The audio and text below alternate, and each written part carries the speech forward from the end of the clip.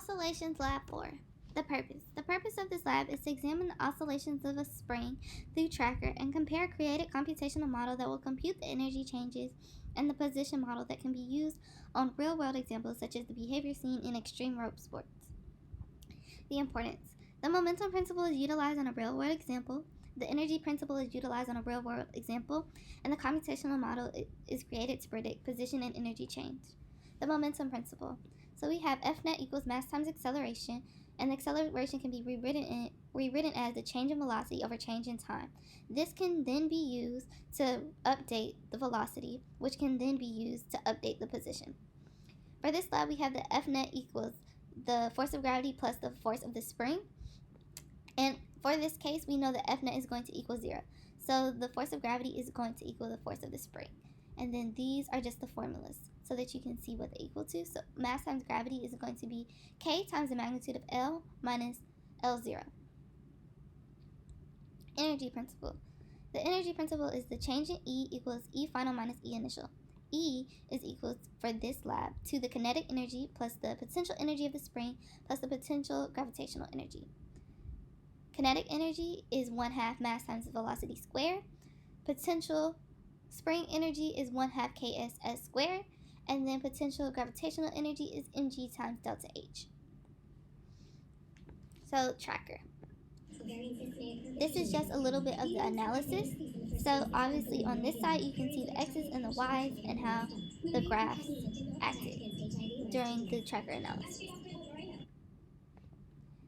Data for computation. So for this lab, the mass of the unit is 0.402 kilograms. The initial position is negative 0.10606, negative 0.6505, and 0. The initial velocity is the 0 vector, and the time of oscillation is 1.619 seconds. We then can calculate S and L0. Because we know what the oscillation time is going to be, we can use that equation and rearrange it to solve for K. We know the average is going to be 1.619 seconds, so we get that K is equal to 6.83.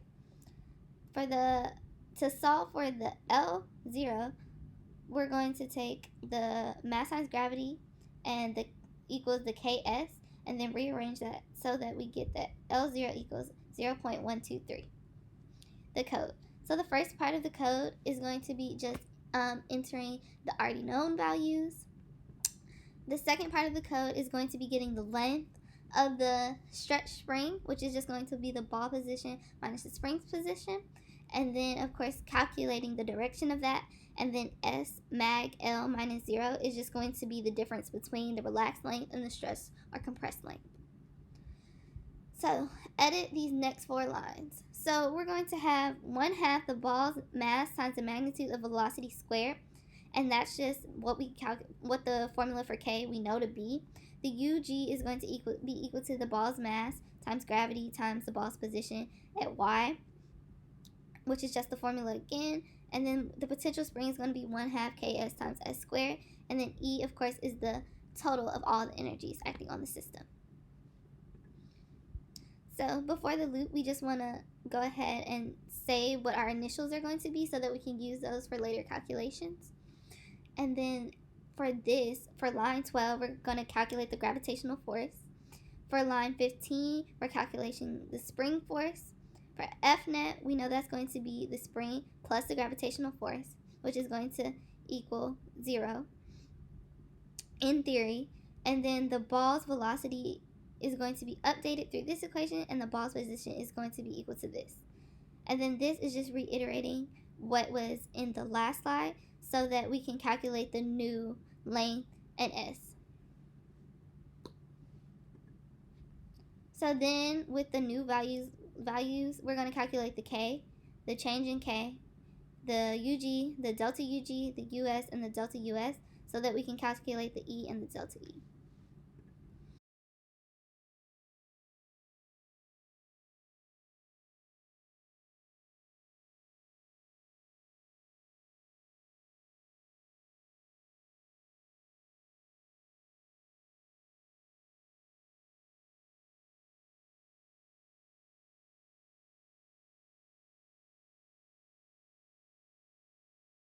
So the results.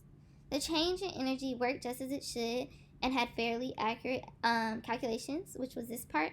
And then the position versus time graph had somewhat similar curves, but the predicted were larger than the analyzed data. So as you can see, this is far more negative than the predicted graph, and this could just be because my center of mass is off and the analytical tracker are just another human error.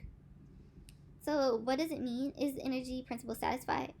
So for the energy principle to be satisfied, the total has to pretty much equal 0, and we see that right here. It pretty much followed that trend throughout the whole lab, so that was good. And then what does it mean? Using the data obtained in tracker, make two separate estimates of the oscillation period. So we have T of x equals 1.619 and Ty equals 1.519 with a difference of 0.1. So this could basically mean that there was more oscillation in the y direction because it was going closer to 0 faster than it was in the Tx. So this could just be simply because the force of gravity was pulling on the object harder than the spring was able to snap back because of the Ks. So that's just possibly why that was so much different. And then that is it. So thank you for watching.